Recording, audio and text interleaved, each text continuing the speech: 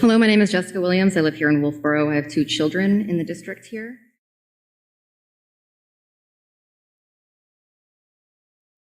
There's an issue with this lady named Jessica and that they're having a confrontation, so we'll see if we can keep the peace.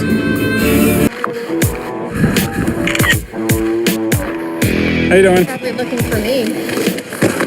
I don't know, am I?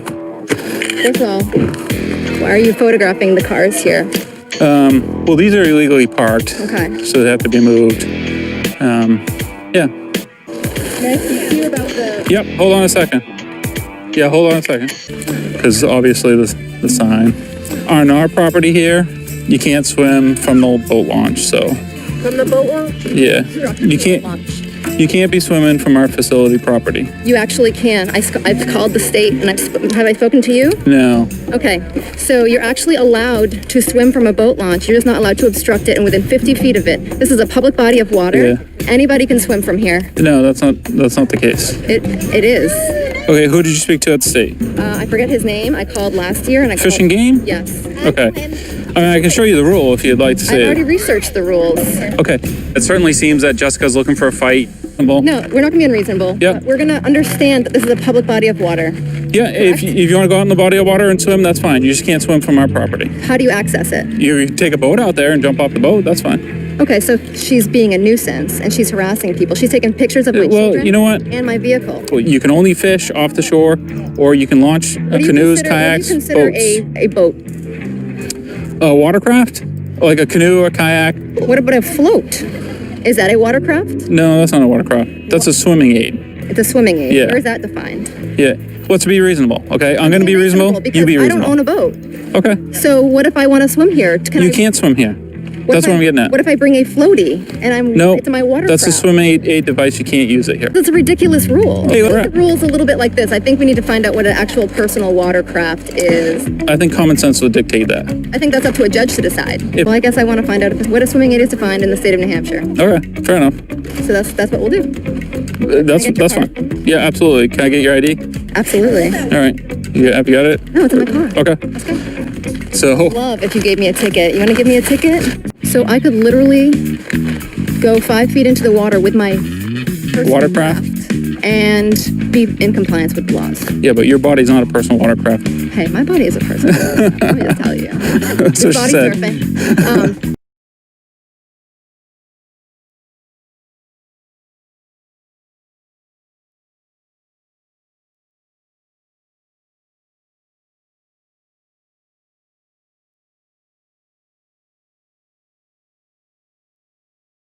Hello, my name is Jessica Williams. I live here in Wolfboro. I have 2 children in the district here. I have a few questions.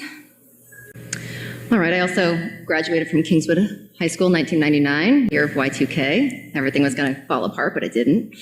And you said there were 2,400 students here in the district, and I'm going to do some simple math because I did have Mr. Fagan as my teacher. He was a great calculus teacher, but this is just some basic arithmetic, okay? 2,400 students in the district. If you look at the number of children that that account for the infection rate, it's 8.8% national average. So we have 200 and let's say 12, because we're not going to have little bits of kids here. So let's say 212 kids are going to become infected with COVID, potentially in the district. So basically school's not going to happen because you're going to close the school, right? Every time there's an infection, just close down.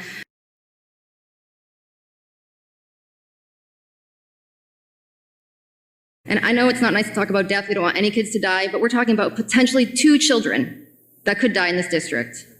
And you're going to disrupt the lives of 2,398 children and their families so that potentially 2 kids can be saved. I don't understand why we're going to be doing this.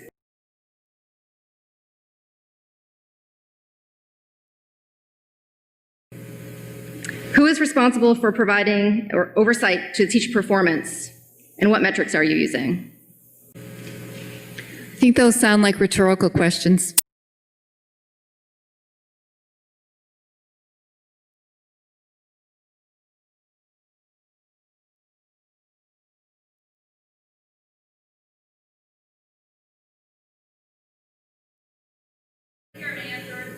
Answer. Okay. In terms of, I honestly, I don't know what to say about the number of potential deaths. I think I'll just leave that. Oversight for teacher performance. We have an evaluation system, and our teachers are supervised and do a great job. You said I have 5 minutes, so I'm not done. You really didn't want to answer my questions. I understand. Answering questions is hard. In the middle of all of this, watching your child suffer intellectually, socially, physically is not fun to watch. None of us want that for any of our own children or anyone else's children. How can you involve parents more so that we can actually give feedback on the teacher's performance? Because you know what? Sometimes my kid only saw their teacher for 30 minutes an entire day. That is not okay. It is not acceptable, and we shouldn't stand for it.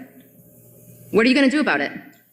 But again, we were building the plane while we were flying it, and honestly, I think teachers did a remarkable job. I have a child who did pass away, and I watched my child die. And he was very young, but I'm going to tell you right now, I don't wish that on anybody. The one thing I asked when we were in the hospital saying goodbye was that if there was anything I could do to ever stop another mother from having to be in my shoes, I would do it. And so if that means that I'm stuck in the lurch for work, if that means I have to take time from work so that somebody else doesn't have to go through that, I am 100% okay with that. And I appreciate everything that you're doing. I know we're waiting for the data to come in. I know we're watching other schools in other countries and other parts of this country. And so I just want to say thank you for that. And that's that. Thank you. Thank you, Emily. Thank you.